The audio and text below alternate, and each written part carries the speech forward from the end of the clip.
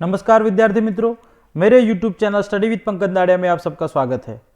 विद्यार्थी मित्रों, आज हम कक्षा 6 द्वितीय सत्र हिंदी विषय में दूसरी इकाई अनूठे इंसान की भाषा सत्ता के बारे में चर्चा करेंगे। तो शुरू करते हैं आज का वीडियो। इससे पहले विद्यार्थी मित्रों, यदि आपने इस इकाई का प्रथम और दूसरा वीडियो ना देखा हो तो इस वीडियो के डिस्क्रिप्शन बॉक्स में उसकी लिंक दी हुई है, उसे जाकर टच करके आप उस वीडियो को देख सकते हैं, या फिर यहाँ पर जो ये सजेस्टेड वीडियो में मैं एरो बना रहा हूँ वहाँ पर सजेस्टेड वीडियो के लिंक दिखाई दे रहा है, उस पर टच करके भी आप उन वीडियो को देख सकते हैं। तो शुरू करते हैं आज का वीडियो, जिसके अंतर्गत हम कहावतों की चर्चा करेंगे, भाषा सत्ता। और इस भाषा सत्ता के अंदर हमें बहुत सारी कहावतें दी हुई है, तो उन कहावतों की चर्चा करेंगे, उनके बारे में जानेंगे।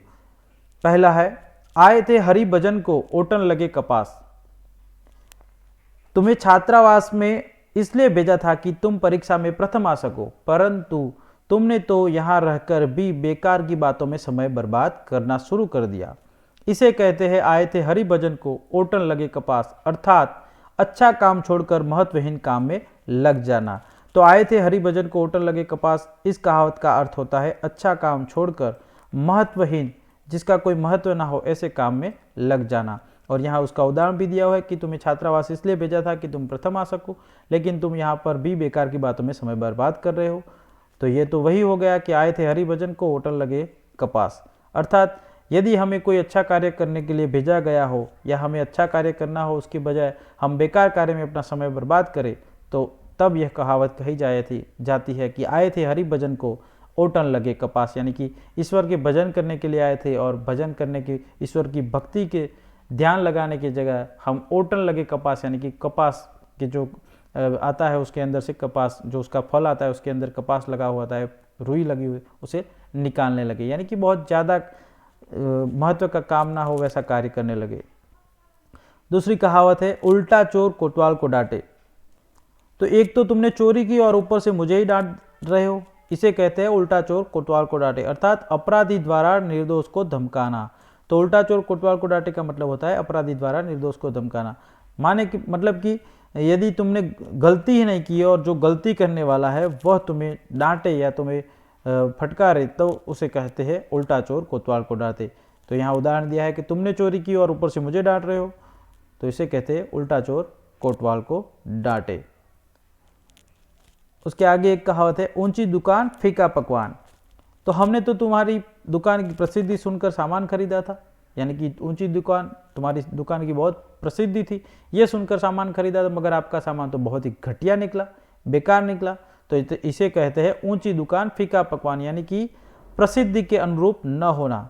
कई बार ऐसा होता है कि हम बहुत कोई किसी दुकान के बारे में या किसी चीज़ के बारे में बहुत प्रशंसा सुनते हैं, प्रसिद्धि सुनते हैं, और वहाँ जाते हैं, फिर हमें पता चलता है कि जितनी प्रसिद्धि इसकी है, जितनी इसकी नामना है, जिसके बारे में लोग इतनी बातें करते हैं, वह चीज़ बेकार निकले, तो उसे कहते हैं ऊंची दुकान फीका पकवान। और उसका उदाहरण दिया है कि हमने तुम्हारी दुकान की प्रसिद्धि सुनकर सामान खरीदा, मगर सामान तो बकवास निकला, घटिया निकला, तो इसे कहते हैं ऊंची दुकान फीका पकवान, यानी कि प्रसिद्धि के अनुरूप न होना। आगे एक कहावत है, और एक तो करेला ऊपर से नीम चढ़ा। तो जब एक दोस्त के साथ दूसरा दोस्त मिल जाए तो उसे कहते हैं एक तो करेला और ऊपर से नीम चढ़ा, अर्थात करेला पहले से ही कड़वा होता है और वह यदि नीम पे चढ़ जाए तो और कड़वा हो जाता है। तो एक दोस्त के साथ दूसरा दोस्त भी जब मिल जाए तो यह कहावत कही जाती है। उदाहरण दिया है, वह शराबी तो था ही, जुआ भी खेलने लगा। तो यह तो वही बात हो गई, एक तो करेला ऊपर से नीम चढ़ा। तो पहले शराबी था तो दुर्गुण था ही, और अब दूसरा जुए की लत लगी, दूसरा दोस्त भी आ गया।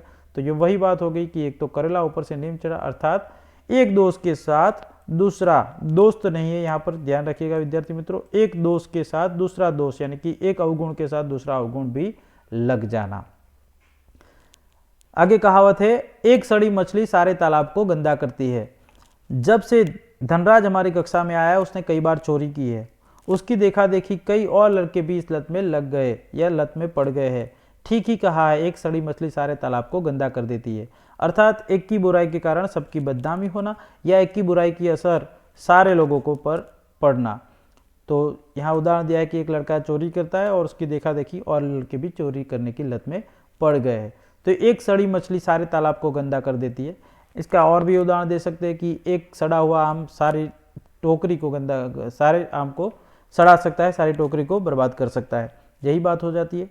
तो जब कोई एक बुरा इंसान या एक गलती वाला इंसान, अच्छा ना हो ऐसा लड़का या इंसान, बाकी लोगों को भी अपने जैसा अवगुणी बनाता है, तब जाके हम ऐसी कहावत का इस्तेमाल करते हैं कि कोई लड़का मानो कि शराब पीने लगा हो और उसके देखा देखी उसकी लत में आकर, उसकी संगत में आकर और भी लड़के शराब पीने लगे, तो कहा जाएगा कि एक सड़ी मछली सारे तालाब को गंदा करती है।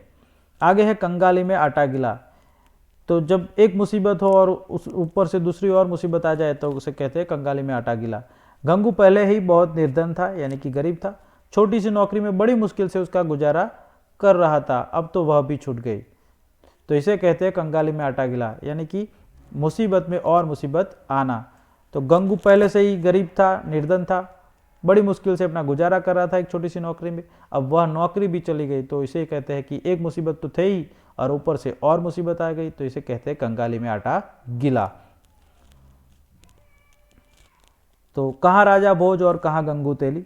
इसका यदि अर्थ देखना चाहे कि कंगाली में आटा गिला, अर्थात कि मान लो कि आपके पास आटा है, थोड़ा ही आटा है और आटा गीला किया आपने, लेकिन पानी, हम जब रोटी बनाते हैं तो उसे अच्छे से योग्य मात्रा में पानी डालना पड़ता है, लेकिन यदि पानी ज़्यादा पड़ जाए तो फिर वो उसकी रोटी नहीं बन सकती, रबड़ी हो जाएगी।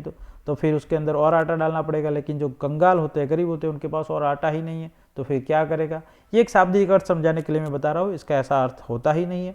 कहावत में जो शाब्दिक अर्थ नहीं होता है उसका अर्थ कुछ और ही निकलता है। तो कंगाले में आटा गिला अर्थात मुसीबत में और मुसीबत आ जाना। आगे है कहाँ राजा भोज और कहाँ गंगू तेली।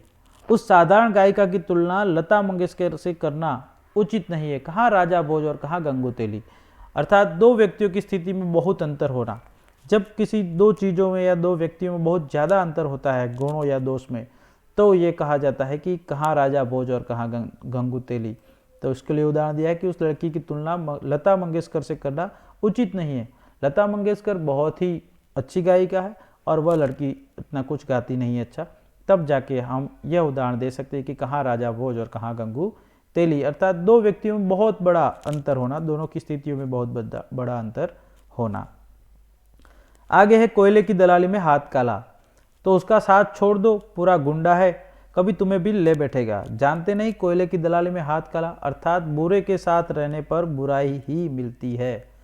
तो कोयले की दलाली में हाथ काला, यानी कि यदि आप ऐसे दोस्त रखते हो, मानो कि आप शराब नहीं पीते हो लेकिन आपके दोस्त शराब पीते हैं और आप उसके साथ रहते हो, तो उसकी असर में आपको भी कई बार नुकसान भुगतना पड़ता है। ऐसा होता है कि आपके दोस्त को पुलिस पकड़ने आए और साथ में आप हो, तो आपको भी, भले आप शराब ना पीते हो, आपको भी पकड़ के ले जाए। तो इस प्रकार से कोयले की दलाली में हाथ काला, यानी कि बुरे के साथ रहने पर हमें बुराई ही मिलती है, इसलिए उसका साथ नहीं करना चाहिए। तो उसका उदाहरण दिया है कि उसका साथ छोड़ दो, पूरा गुंडा है, कभी तुम्हें भी ले बैठेगा। और उसके लिए कहा है कि जानते नहीं कि कोयले की दलाली में हाथ काला, यानी कि बुरे के साथ रहने पर हमारा भी बुरा होता है। आगे है चमड़ी जाए पर दमड़ी न जाए। तो ये जब कोई व्यक्ति बहुत कंजूस हो तब उसके लिए ये कहावत कही जाती है कि सेठ मोहनदास कई दिनों से बीमार है, फिर भी अस्पताल नहीं जाना चाहते, उनके लिए तो चमड़ी जाए पर दमड़ी न जाए। दमड़ी यानी कि यहाँ पर पैसे और चमड़ी यानी शरीर, अर्थात कंजूस व्यक्ति कष्ट सहन कर लेता है लेकिन पैसे खर्च नहीं करता। तो जब कोई इंसान कष्ट सहन करता है, अपने लिए कुछ सहूलतें मुहैया नहीं कराता, पैसे खर्च हो जाए इसकी वजह से वो कंजूस है, और पैसे ना खर्च हो इसलिए वो कुछ अच्छा खाता नहीं है, अच्छे कपड़े नहीं पहनता है, सर्दी की ठंडी की रुत में स्वेटर नहीं लाएगा और ऐसे ही ठिठुरता रहेगा।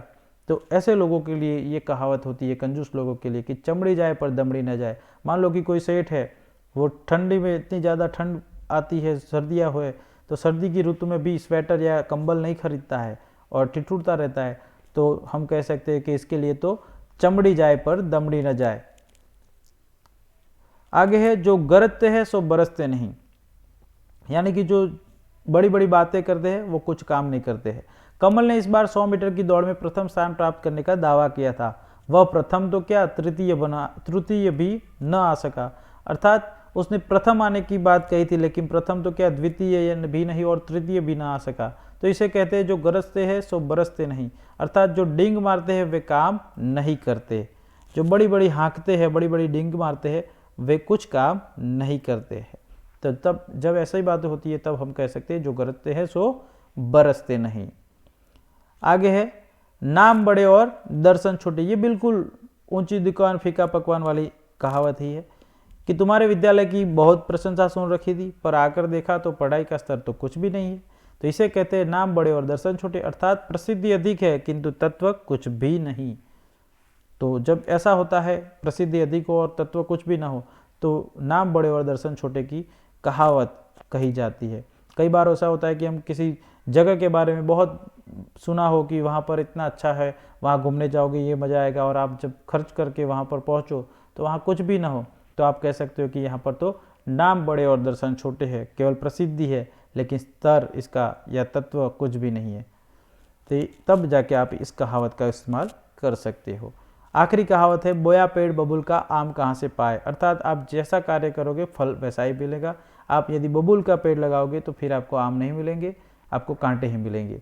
सारे साल तो तुमने पढ़ाई की नहीं, अब उत्तीर्ण होने के सपने देख रहे हो, ये संभव ही नहीं है, क्योंकि किसी ने कहा है कि बोया पेड़ बबूल का आम कहाँ से पाए, अर्थात बुरे कामों का अच्छा फल नहीं मिलता है, या फिर बुरे कामों का फल बुरा ही मिलता है। आपको यदि आम खाने हैं तो आपको आम लगाने होंगे, आप बबूल लगाओगे तो आपको कांटे ही मिलेंगे। तो इस प्रकार जब कोई इंसान अच्छा कार्य नहीं करता है और फल की अपेक्षा अच्छे फल की अपेक्षा रखता है, तब हम यह कहावत कह सकते हैं। इन कहावतों को पढ़ने से पता चलता है कि उनमें से शाब्दिक अर्थ नहीं बल्कि कुछ विशेष अर्थ प्रकट होता है। जैसे कि यहाँ पर बोया पेड़ बबूल का आम कहाँ से पाए, तो यहाँ बबूल और आम केवल उदाहरण के तौर पर दिए हुए, इसका कोई अर्थ नहीं है, इसका शाब्दिक अर्थ नहीं निकलता है, इसका अर्थ कुछ विशेष निकलता है कि बुरे कामों का अच्छा फल नहीं मिलता है। तो इस प्रकार से कहावत जो होती है वो कुछ विशेष अर्थ देती है, शाब्दिक अर्थ नहीं होता है। कहावत का पूर्ण वाक्य में स्वतंत्र रूप से प्रयोग किया जाता है। कहावत हमेशा पूर्ण वाक्य में स्वतंत्र रूप से प्रयोग की जाती है, और कहावत का प्रयोग किसी बात के समर्थन या खंडन के लिए किया जाता है। आप जो बात कहना चाहते हैं उसके समर्थन में या फिर उसको खंडन करने के लिए आप कहावत का इस्तेमाल कर सकते हो। तो इस प्रकार इस भाषा सत्ता में हमने बहुत सारी कहावतों के बारे में सीखा, उनके उदाहरण देखे, और इस तरह हम इकाई 2 अनूठे इंसान के अभ्यास स्वाध्याय के वीडियो भी देख चुके हैं, और भाषा सत्ता का ये आखिरी वीडियो भी हमने देख लिया। इस प्रकार से हमारा इकाई जो 2 है उसका संपूर्ण कार्य समाप्त होता है। तो विद्यार्थी मित्रों, यह वीडियो आपको कैसा लगा कमेंट में बताइए।